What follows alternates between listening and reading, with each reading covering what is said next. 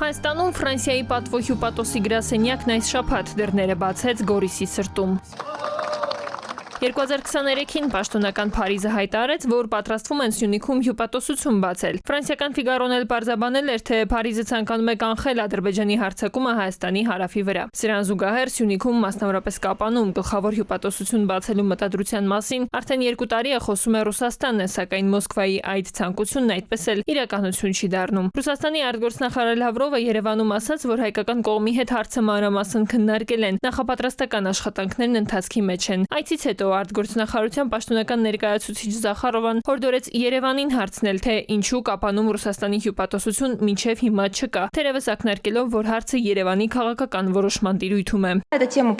Այդ հարցը մանրամասն քննարկվել է բանակցությունների ընթացքում։ Մեզ պետք չէ համոզել այդ կառույցի գործունեության անհրաժեշտությունը։ Առայժմ Կապանում Ռուսաստանի գլխավոր հյուպատոսությունը բացակայում է, թե ինչու պետք է ճշտել հայկական կողմից։ Հայկական կողմը ժամկետների մասին ոչինչ չի ասում, միայն դիվանագիտական զուսպ խոսք, աշխատանքները շարունակվում են։ Բարդ բան է երկուստեք ցանկության դեպքում հյուպատոսություն բացելը։ Դիվանագետն ասում է, հենց երկկողմանի համաձայնություն է անհրաժեշտ եւ վերջ։ Հավելում, թեև գլխավոր հյուպատոսի գրասենյակն ու հյուպատոսությունը դիվանագիտական տարբեր աստիճանի ներկայացուցչություններ են, այնուամենայնիվ թե մեկը, թե մյուսը բացելը քաղաքական որոշում է, քաղաքական դիրքավորման արդյունք։ Միանշանակ ձգձգում է եւ գալիս է դա իրենց կողմից որդեգրված դեպի արևմուտք շրջադարձի Ռուսաստանի ազդեցությունը, քաղաքական ազդեցությունը, ռազմական ազդեցությունը Հայաստանի նվազեցնելու եւ ի վերջո չեզոքացնելու կամ քչացնելու իրենց քաղաքականությունից, իրենք ձգձգում են պաշտոնական թույլտվությունների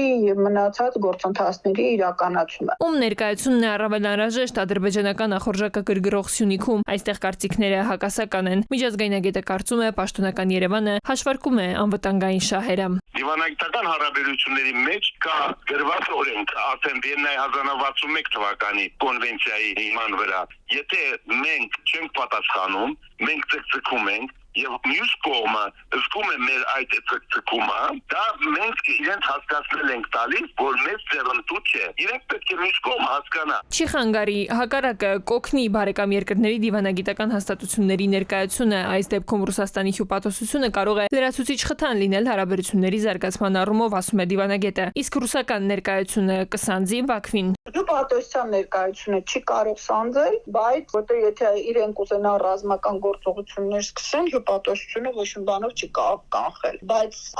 որպես քաղաքական գործոն, այսինքն ուժեղացած ռուսական ներկայությունը, դա կարող է որոշակի զսպիչ դեր կատարել։ Սյունիք հասնելը բարդ քաղաքական ճանապարհ է Մոսկվայի համար, թե տեխնիկական հարցեր են միայն։ Այստեղ մասնագետները համակարծիք են, Երևանը ռուսական ներկայության Կապանում չի ձգտում։ Տիգրան Ույգուրղինյան, ժամը լրատվական։